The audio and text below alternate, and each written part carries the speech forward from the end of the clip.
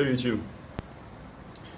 On est lundi quelque chose en août, 16, 17, I don't know.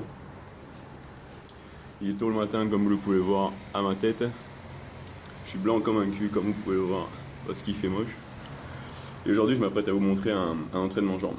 Un entraînement jambes. Je sais que beaucoup de gens l'attendent parce que vous avez l'habitude de voir des gros volumes d'entraînement et j'ai fait du power pendant un petit moment et jambes dit soulevé de terre et squat.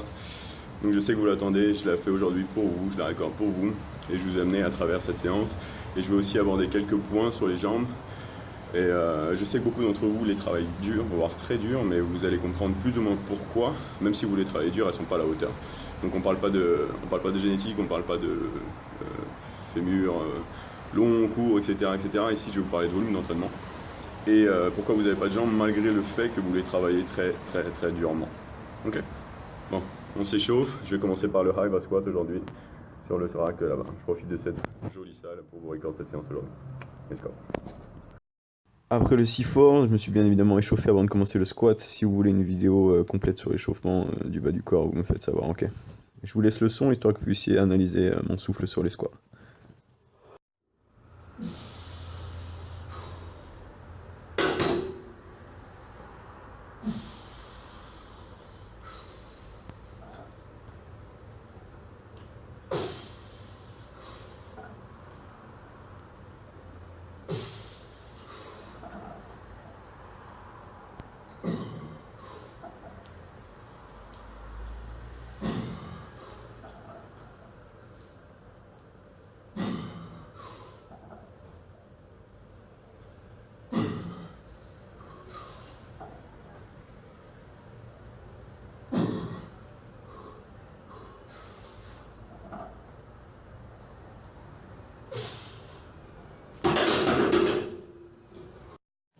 Avant de vous laisser continuer la vidéo, je vous rappelle que chaque exercice est exécuté en superset.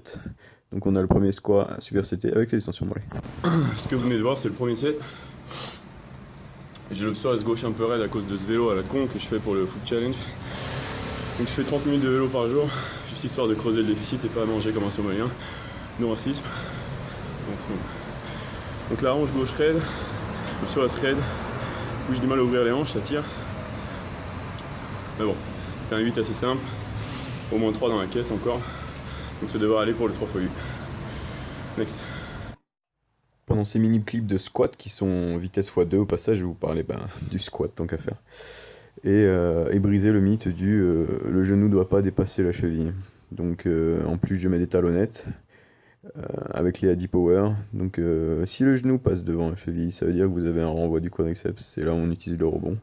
À savoir que le quadriceps c'est un des muscles puissants du mouvement. Set numéro 2, ça va déjà beaucoup mieux. Tout se chauffe un peu. Et je voudrais partager un petit peu avec vous rapidement. Allez sur la barre.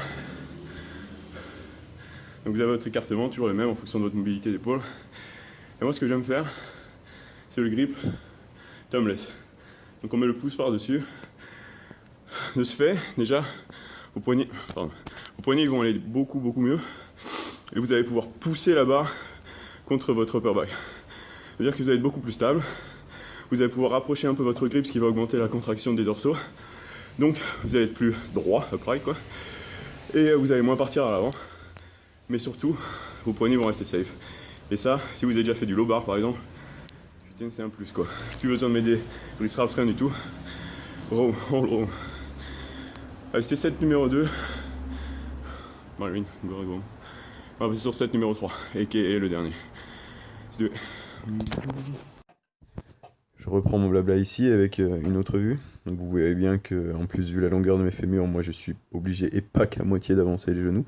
Est-ce que ça pose un problème pour mes genoux? Non. Est-ce que ça me rend fort? Oui. Est-ce que ça me fait gagner du muscle? Oui. Est-ce que ça débloque une progression? Oui.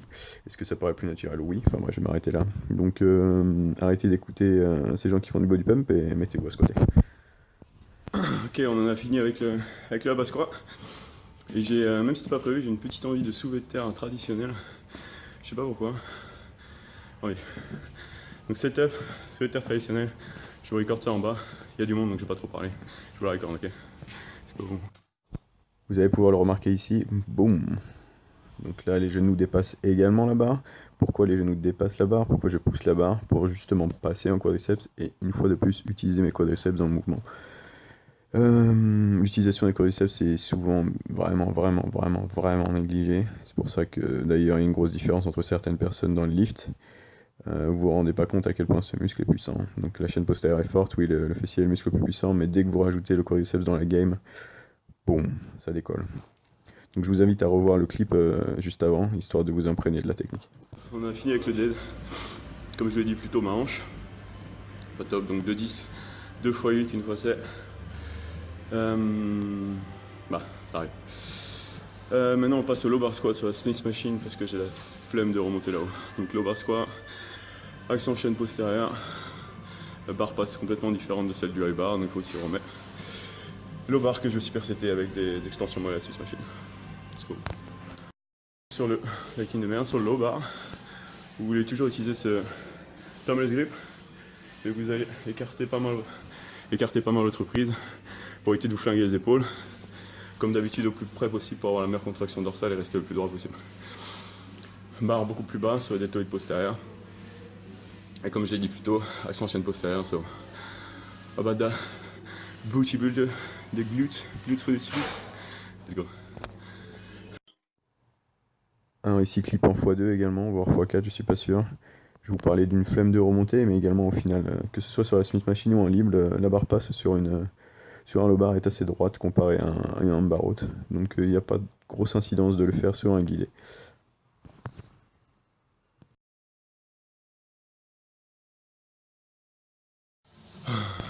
Le bar squat est terminé. Maintenant on va passer sur les triceps. Je vais supersetter, tricetter des fentes arrière à terre. Des extensions lombaires avec les glutes sur lui là. Et des extensions mollets debout. C'est le premier, il y en aura un deuxième. Let's go. Maintenant on va parler un peu de ces fentes arrière qui sont en vitesse x4. Pourquoi arrière et pas avant? Justement on veut rester un peu plus sur le talon. Donc un peu plus sur le talon est égal à un peu plus de fessier par rapport donc à une version avant qui va être un quadriceps, vu qu'on va passer sur la pointe des pieds, donc on va avancer le genou, donc on va avoir un étirement du quadriceps. Vous avez vu l'extension lombaire et maintenant les extensions mollets.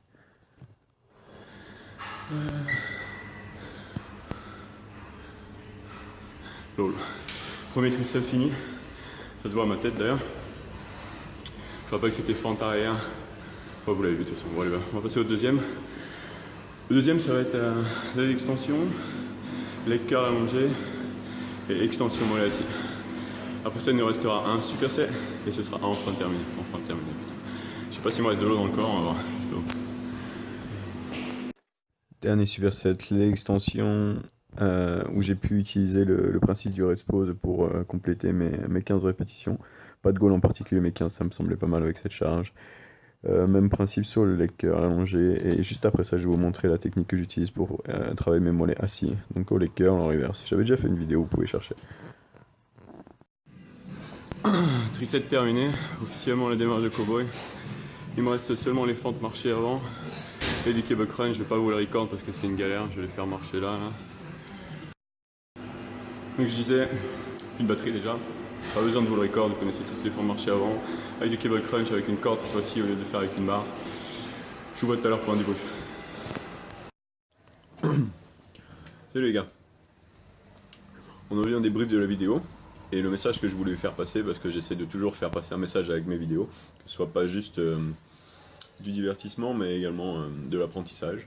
Et timing parfait, merci à Nathan je veux pas écorcher son nom, Nathan, vous voyez qui je veux dire, qui vient de sortir une vidéo leg day motivation. Et aucune attaque au passage, j'ai juste regardé la vidéo. Et il montre parfaitement le message que j'essaie de vous faire passer, à l'envers en fait. Donc on est souvent en lower, on essaie toujours de perfer. Donc vous voyez dans sa vidéo par exemple, il essaye de monter son 1 RM. Je sais qu'il a fait un peu de rep avant, 10 à 160, etc. C'est bien, c'est très bien. Si la recherche du steak et le but des séries de 10, c'est parfait. Par contre il perd beaucoup de temps et niveau qualité c'est pas trop ça pour monter jusqu'à 2-10, qui n'était pas extraordinaire d'ailleurs, tu aurais peut-être pas dû la faire.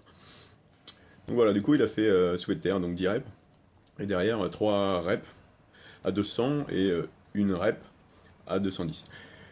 Suite à ça, il passe sur les fentes, super impressionnant, ces fentes à 150 là pour le coup, en plus il y a de la rep, il va jusqu'au bout là, rien à dire, c'est clean. Et après l'extension, les curls, extension mollet, ciao. Donc ce que je vais vous dire les gars, c'est que ouais c'est très dur, c'est très intense son truc. Mais au final, vous regardez le volume total, pas ça qui va vous donner des jambes. Pas ça qui va vous donner des jambes. Et vous allez me dire pourquoi lui il a des jambes, etc. etc.